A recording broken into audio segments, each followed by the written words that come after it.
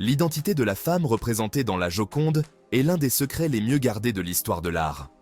La théorie la plus répandue est que le modèle serait Lisa Gherardini, épouse d'un riche marchand florentin, Francesco del Giocondo. Mais certains chercheurs pensent que Léonard de Vinci aurait pu représenter une autre femme, voire un homme.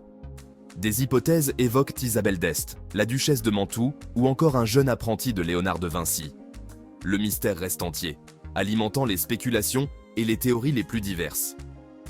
L'absence de documents précis de l'époque et le silence de Léonard de Vinci lui-même sur l'identité de son modèle contribuent à entretenir le doute. Qui était vraiment la Joconde? Était-elle une noble dame, une muse inspiratrice, ou simplement une inconnue dont le visage a traversé les siècles? Le mystère de son identité ajoute une dimension fascinante à l'œuvre, nous laissant imaginer la vie et l'histoire de cette femme énigmatique.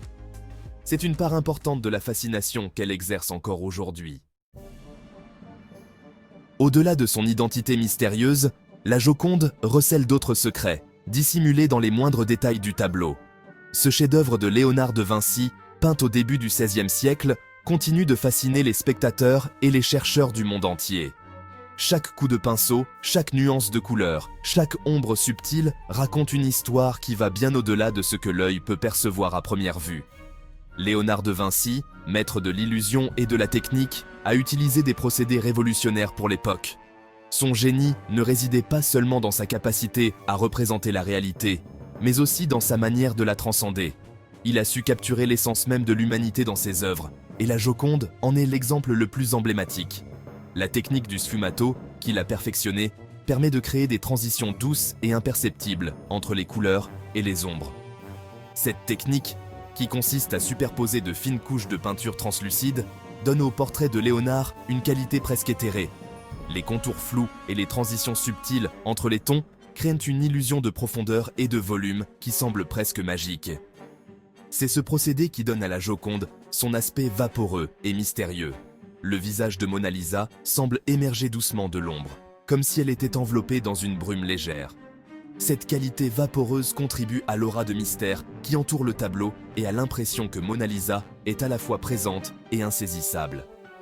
Le regard de la Joconde semble suivre le spectateur, où qu'il se trouve dans la pièce, un effet optique saisissant. Ce phénomène, connu sous le nom d'effet de suivi des yeux, est le résultat de la manière dont Léonard a peint les yeux de Mona Lisa. En utilisant des techniques de perspective et de lumière, il a créé l'illusion que les yeux de Mona Lisa sont toujours fixés sur le spectateur, ajoutant une dimension interactive et presque vivante à l'œuvre. Ces yeux, examinés à la loupe, révéleraient des lettres et des chiffres minuscules, dont la signification reste un mystère. Certains chercheurs pensent que ces inscriptions pourraient être des codes ou des messages cachés laissés par Léonard de Vinci. D'autres suggèrent qu'ils pourraient être des marques accidentelles ou des imperfections dans la peinture. Quoi qu'il en soit, ces détails ajoutent une couche supplémentaire de mystère et d'intrigue à l'œuvre. Des études récentes suggèrent que la Joconde aurait été peinte sur plusieurs couches, avec des modifications apportées au fil du temps par Léonard de Vinci lui-même. Ces couches successives révèlent les différentes étapes du processus créatif de Léonard et montrent comment il a affiné et perfectionné son œuvre au fil du temps. Chaque couche raconte une partie de l'histoire de la création de la Joconde et témoigne de l'évolution de la vision de l'artiste. Ces découvertes témoignent de la complexité de l'œuvre et du génie de son créateur. Les analyses au rayon X et autres techniques de pointe ont permis de révéler des détails cachés sous la surface de la peinture, offrant un aperçu fascinant du processus créatif de Léonard de Vinci. Ces techniques modernes nous permettent de voir la Joconde sous un nouveau jour et de mieux comprendre le génie artistique de Léonard. La Joconde n'est pas qu'une belle image, c'est un véritable puzzle dont chaque pièce révèle un peu plus du génie de Léonard de Vinci et de l'histoire de l'art. Chaque détail, chaque coup de pinceau, chaque nuance de couleur est une pièce de ce puzzle complexe. En étudiant ces détails, nous pouvons mieux comprendre non seulement l'œuvre elle-même, mais aussi l'esprit brillant et innovant de Léonard de Vinci. La Joconde continue de captiver et d'inspirer, un témoignage éternel du génie artistique et de l'ingéniosité de son créateur. Le sourire de la Joconde est sans doute l'un des éléments les plus célèbres et les plus débattus de l'histoire de l'art. Ce sourire énigmatique a captivé l'imagination de millions de personnes à travers les siècles, suscitant des discussions passionnées et des théories variées. Est-il sincère ou narquois? Triste ou amusé? Cette question a traversé les âges, chaque spectateur apportant sa propre interprétation à ce sourire mystérieux. Certains y voient une expression de bonheur subtil, tandis que d'autres y perçoivent une touche de tristesse. Chacun y voit ce qu'il veut bien y voir, et c'est précisément cette ambiguïté qui le rend si fascinant. La Joconde devient ainsi un miroir de nos propres émotions et perceptions, un reflet de notre propre état d'esprit à un moment donné. Des scientifiques ont tenté de percer le mystère du sourire de la Joconde en utilisant des technologies de pointe. Des analyses aux rayons X, des études de la composition chimique des pigments, et même des simulations informatiques ont été employées pour comprendre les techniques de Léonard de Vinci. Certains y voient l'expression d'une émotion fugace, capturée avec une précision inégalée. Cette capacité à saisir un moment éphémère avec tant de réalisme est ce qui distingue Léonard de Vinci comme un maître inégalé de l'art du portrait.